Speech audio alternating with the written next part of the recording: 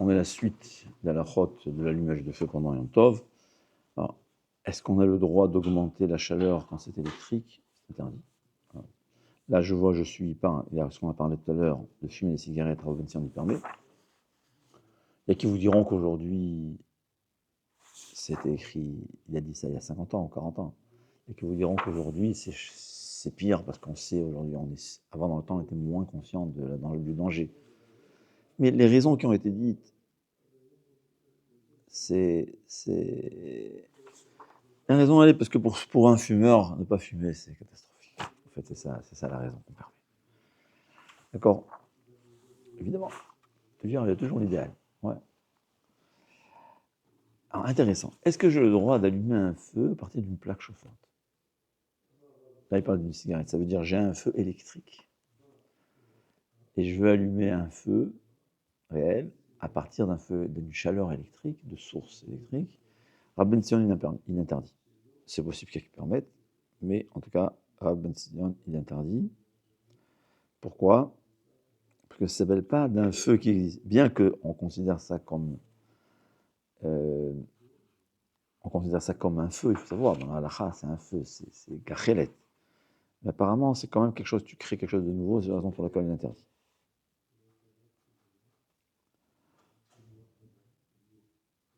Ouais.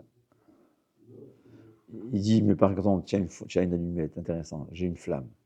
Je veux allumer l'allumette sans que l'allumette touche la flamme. Par la chaleur qui est provoquée de la flamme, il dit, ça s'appelle, oui, allumer d'un feu à un autre, il n'y a pas de problème.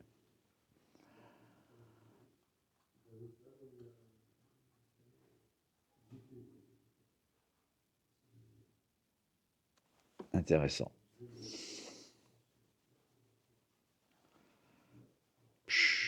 Là, je ne savais pas.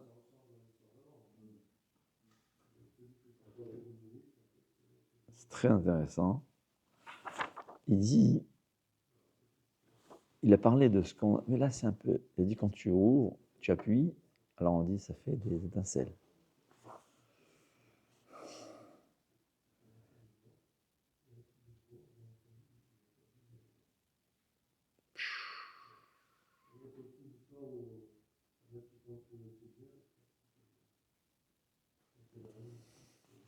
Bon, je ne sais pas si tout le monde est d'accord, mais Rabban Tzim permet. Il dit comme ça.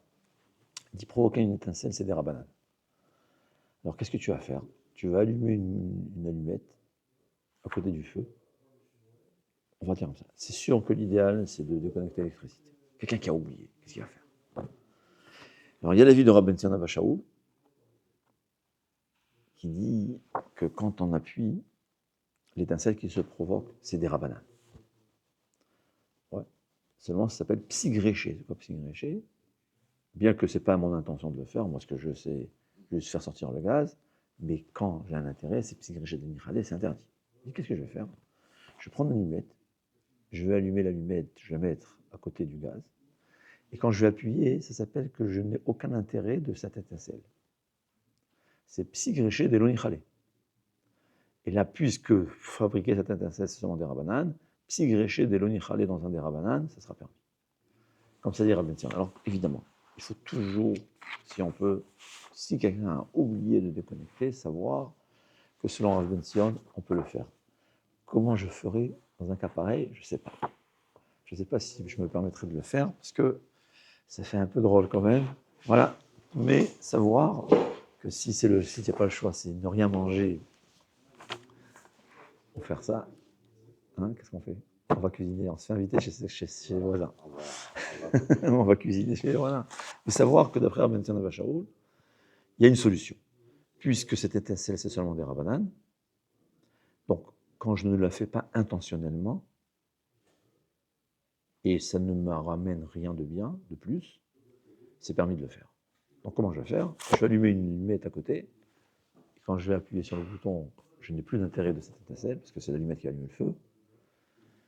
C'est psigréché, des lonichalé, mais des rabananes, permis. Intéressant, il dit qu'on peut dire à un goy d'allumer un feu. C'est-à-dire, Shabbat, c'est sûr qu'on ne peut pas le dire. Ouais. Yom Tov, c'est permis. Pourquoi? Il dit,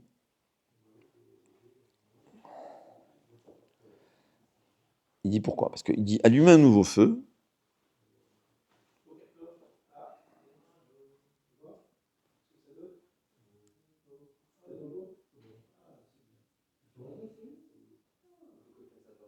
Très bien. Hmm.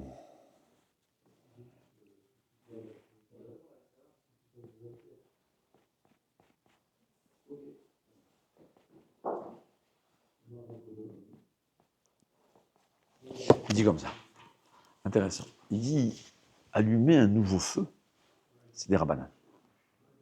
D'accord? Et la halakha, elle est que dire à un non-juif de faire quelque chose de rabbanan, quand il y a un grand besoin, c'est permis. Donc c'est ça la solution.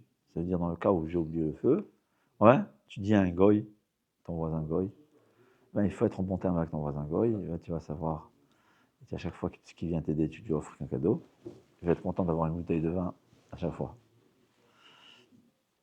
En Israël, on a, partout dans les quartiers, il y a toujours des personnes âgées avec des gens qui s'occupent, des non-juifs qui s'occupent, ouais. Alors ils sont habitués, on les appelle, mais on les paye en général. Il faut les payer. En Israël, c'est pas beaucoup, tu leur donnes 20 shekels, ils sont contents. C'est rien, c'est 10 minutes, 5 minutes, ils sont habitués.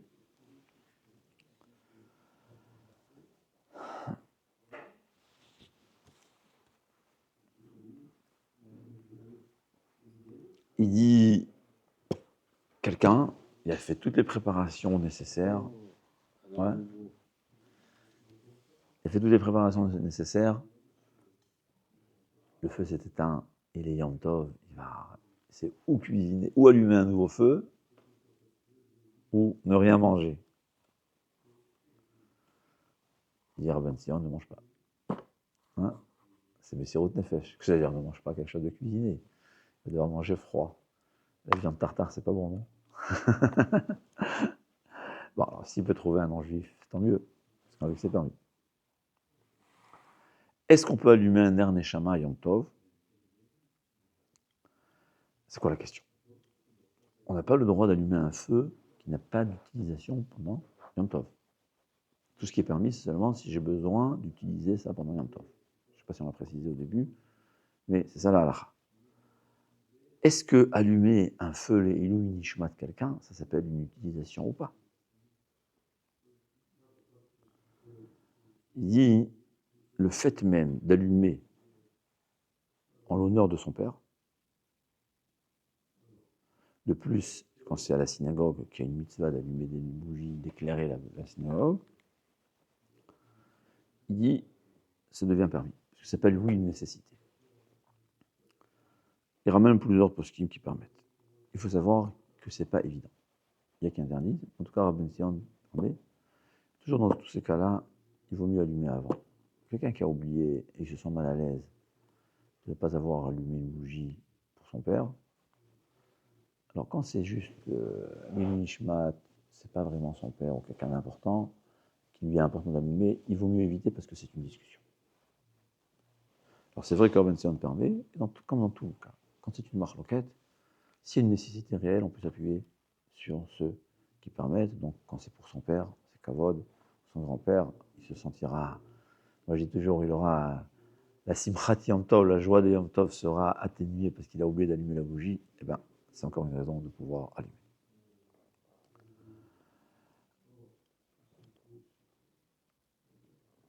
Voilà. Est-ce qu'on a le droit de diminuer la chaleur? C'est éteindre. Alors voilà ce qu'on a dit. Si le feu, l'aliment risque de brûler, c'est pas possible, tu es obligé d'avoir, il faut allumer un nouveau feu. Mais si j'ai un seul gaz, je n'ai pas le choix. Dans ce cas-là, j'aurai le droit de diminuer le feu pour que l'aliment ne s'allume pas. D'accord? Pour des économies d'énergie, non. Mais pour que l'aliment ne s'abîme pas, parce que je n'ai pas le choix, j'ai un seul gaz. Tu l'enlèves et après ça se refroidit. Après non, mais il y a des fois, apparemment, je ne sais pas, il faut demander aux femmes qui savent cuisiner. Parfois, si le feu est trop fort, c'est pas possible, ça va brûler.